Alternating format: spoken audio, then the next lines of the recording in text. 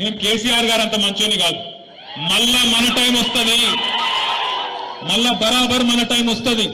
వచ్చినాక పేర్లు రాసి పెట్టుండ్రి, ఒక్కొక్కరిని ఏమేం చేయాలో అని చేద్దాం. వదిలిపెట్టే సమస్య లేదు. దబ్బన కొంతమంది అనుకుంటారు మేము రిటైర్ అవుతాం, ఇంటికి పోతాం, మమ్మల్ని ఏం బిక్తారు అనుకుంటున్నాము. రిటైర్ అయి వేరే దేశానికి పోయినా రప్పించి తప్పకుండా అన్ని లెక్కలు సెటిల్ చేస్తాం, హిసాబ్ కితాబ్ మొత్తం చూస్తాం. గట్ల ఊకునే బాబత్ కాదు. ఇది వరకున్న కథ వేరు, ఇప్పుడున్న కథ వేరు.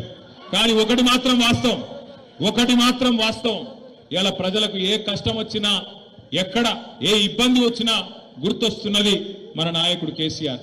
మొన్న నేను చూసిన హైడ్రా పేరు మీద ఒక ఆడబిడ్డ పాపం చెప్పుల దుకాణం నడుస్తున్నది హైదరాబాద్ లో నాచారంలో. ఆమె దుకాణాన్ని హైడ్రా వాడు వచ్చి ఆ బుల్డోజర్ అదేదో హిటాచి పెట్టి కొట్టేస్తున్నాడు. అది పెట్టి కొట్టేస్తుంటే ఆమె మొత్తుకుంటున్నది. ఆడ నిలబడి అన్నా కేసీఆర్ అన్నా ఎక్కడున్నావు రా అని ఆయన చూసిరా లేదా మీరు?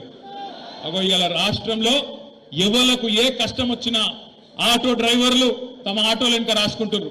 అన్నా తప్పైపోయింది, అన్యాయం అయిపోయినాం, ఆగమైపోయినాం, కేసీఆర్ గారు ఎక్కడ ఉన్నావు అని ఆటో డ్రైవర్లు యాద్ చేసుకుంటాను, ఉద్యోగులు యాద్ చేసుకుంటాను.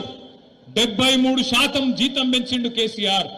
మమ్మల్ని కడుపులో పెట్టుకొని చూసుకున్నాడు కేసీఆర్. మాకు స్పెషల్ ఇంక్రిమెంట్ ఇచ్చిండు కేసీఆర్. కానీ ఇవాళ ఈ ప్రభుత్వాన్ని నమ్మితే 5 డిఏలు బాకీ ఉన్నాయి. కేసీఆర్ ఇచ్చిన పిఆర్సీ నడుస్తున్నది.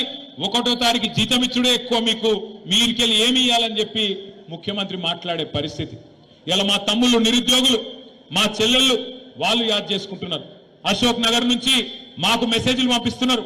అన్నా తప్పైపోయింది, ఇదివరకు వీళ్ళ మాటలు నమ్మి ఆగమైనం. అశోక్ నగర్ కు రాహుల్ గాంధీ వచ్చి సంవత్సరంలో 2 లక్షల ఉద్యోగాలు ఇస్తా అంటే నమ్మినం. కానీ మోసం జరిగిందన్నా 16 నెలల 6,000 ఉద్యోగాలు కూడా ఇయ్యలే కాంగ్రెస్ వాళ్ళని చెప్పి వాళ్ళు బాధపడతా ఉన్నారు. ఒక్కరు కాదు, రాష్ట్రంలో ప్రతి మనిషి, ప్రతి బిడ్డ ఈరోజు మళ్ళీ తిరిగి ఎలక్షన్లు ఎప్పుడు వస్తాయా, ఎప్పుడెప్పుడు మాకు అవకాశం వస్తుందా, ఎప్పుడెప్పుడు మా సత్తా చూపి గులాబీ జెండా మళ్ళీ ఎగిరేద్దామా అనే ఒక కసి మీద రాష్ట్రం అంతా ఉన్నది. కమలాకర్ అన్న తప్పు చెప్పిండు. కమలాకర్ అన్న ఇంకా 3.5 ఏళ్ళు ఎట్లా భరించాలి అన్నాడు. 3.5 ఏళ్ళు ఎక్కడుంది, అయిపోయింది. ఆఖరి 6 నెలలు ఎలక్షన్ అయినా 16 నెలలు ఒడిసేపారు. ఇక మిగిలిందంతా 3 ఏళ్ళు. ఆ 3 ఏళ్ళు కూడా ఇప్పుడు ఒక సంవత్సరం మొత్తం సిల్వర్ జూబ్లీ సెలబ్రేషన్ ఉన్నది. ఈ సిల్వర్ జూబ్లీ మొత్తం 25వ సంవత్సరం ఏదైతే మనం జరుపుకోబోతా ఉన్నామో మన రజతోత్సవం, ఆ రజతోత్సవంలో బ్రహ్మాండంగా సంవత్సరం పాటు కార్యక్రమాలు ఉంటాయి. అన్ని జిల్లాల్లో కార్యక్రమాలు ఉంటాయి, అన్ని నియోజకవర్గాల్లో కార్యక్రమాలు ఉంటాయి, హైదరాబాద్ లో కూడా కార్యక్రమాలు ఉంటాయి. 32 జిల్లా పార్టీ ఆఫీసులు ఏవైతున్నాయో అంతటా కూడా చక్కగా తెలంగాణ ఉద్యమం నుంచి మొదలు పెడితే అధికార పార్టీగా మనం సాధించిన విజయాలు, ఉద్యమ పార్టీగా తెలంగాణ ఎట్లా సాధించిండు కేసీఆర్ గారు, అవన్నీ కూడా ఈ తరం పిల్లలకు తెలిసే విధంగా శిక్షణ శిబిరాలు ఉంటాయి. ఈ తరం పిల్లలకు తెలిసే విధంగా ఫోటో ఎగ్జిబిషన్లు ఉంటాయి, డాక్యుమెంటరీలు ఉంటాయి. సంవత్సరం మొత్తం అదే పని చేద్దాం. ఏప్రిల్ 27 నాడు వరంగల్లో మరి ఇప్పటిదాకా పెద్దలు చెప్పినట్టు లక్షలాదిగా మనందరం కూడా కదిలిపోవాల్సిన అవసరం ఉన్నది. మీకు నియోజకవర్గాల వారీగా పరిశీలకులు, అబ్జర్వర్లు స్టేట్ పార్టీ నుంచి వస్తారు. తప్పకుండా అందరం సమిష్టిగా పనిచేయాల్సిన అవసరం ఉన్నది. తమిళనాడు ముఖ్యమంత్రి గారు పిలిచినారు. మరి దక్షిణ భారతదేశానికి అన్యాయం జరగబోతున్నది. ఈ కేంద్రంలో ఉన్న బీజేపీ ప్రభుత్వం యొక్క దుర్మార్గమైన సవతి తల్లి వైఖరితోని మన దక్షిణాది నష్టపోతున్నది. జనాభా నియంత్రణ పాటించిన పాపానికి 1971లో ఆ రోజు అప్పుడున్న కాంగ్రెస్ ప్రభుత్వం కేంద్రంలో వాళ్ళే చెప్పినారు, హమ్ దో హమారే దో అని నినాదం ఉండేది. చాలా మందికి తెలియదు చిన్నపిల్లలకు. కానీ ఆ రోజుల్లో హమ్ దో హమారే దో అంటే జనాభా బాగా పెరిగిపోతుంది, అరికట్టాలి, తగ్గియాలి, కుటుంబ నియంత్రణ ఆపరేషన్లు చేయాలని టార్గెట్లు పెట్టి ఊరూరికి క్యాంపులు పెట్టి దేశ జనాభాను కంట్రోల్ చేయాలని చెప్పి భారత ప్రభుత్వమే కుటుంబ నియంత్రణను ఆ రోజు ముందుకు తీసుకొచ్చింది.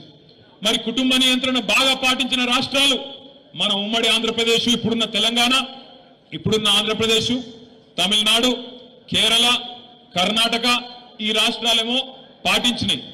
భారత ప్రభుత్వం చెప్పింది కదా, మంచి పనే కదా, దేశం జనాభా తగ్గితే దేశం ముంగడబడుతుందట, ముందుకు పోతుందట, అభివృద్ధి జరుగుతుందట, మనకిద్దరు పిల్లలే ఉంటే దేశానికి మంచిదట అని చెప్పి దేశభక్తులుగా భారత ప్రభుత్వం చెప్పిన మాటను పాటించింది దక్షిణ భారతదేశంలోని రాష్ట్రాలు. కేవలం దక్షిణ రాష్ట్రాలే కాకుండా ఇంకా కొన్ని ప్రగతిశీల రాష్ట్రాలు కూడా, ఒరిస్సా కావచ్చు, పంజాబ్ కావచ్చు, ఇంకా కొన్ని రాష్ట్రాలు కూడా, పశ్చిమ బెంగాల్ కావచ్చు, పాటించినాయి. ఏమైంది దానివల్ల మన రాష్ట్రాలలో జనాభా తగ్గుకుంటూ వచ్చింది. ఆంధ్రప్రదేశ్లో తగ్గింది, తమిళనాడులో తగ్గింది, కేరళ తగ్గింది, కర్ణాటక తగ్గింది, పశ్చిమ బెంగాల్ తగ్గింది. తగ్గిన తర్వాత మరి ఈరోజు కేంద్ర ప్రభుత్వం కొత్త పంచాయతీ పెడతాను.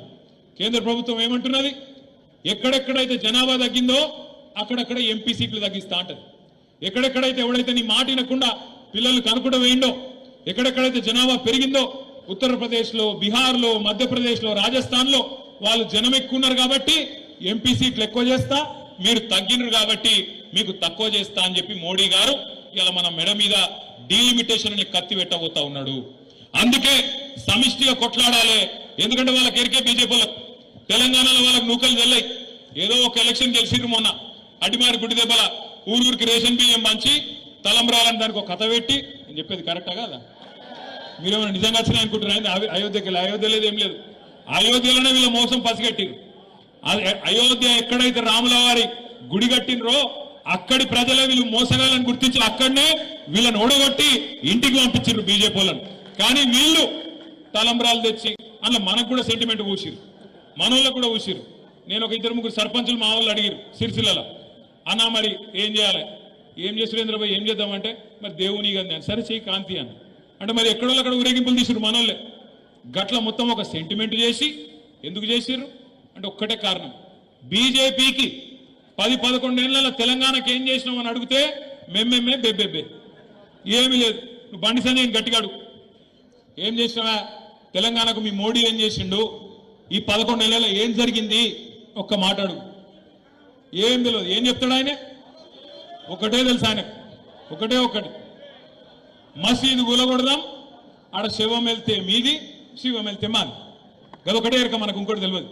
ఇంకోటి ఏం చెప్తాడు, అన్నా ఇవాళ ఏం వారమే, రేపేం వారమే, ఎల్లుండేం వారమే, ఇది తప్ప ఓ బడి తెచ్చింది లేదు, పోని మా కమలాకరణ లెక్క ఒక గుడి కట్టింది లేదు.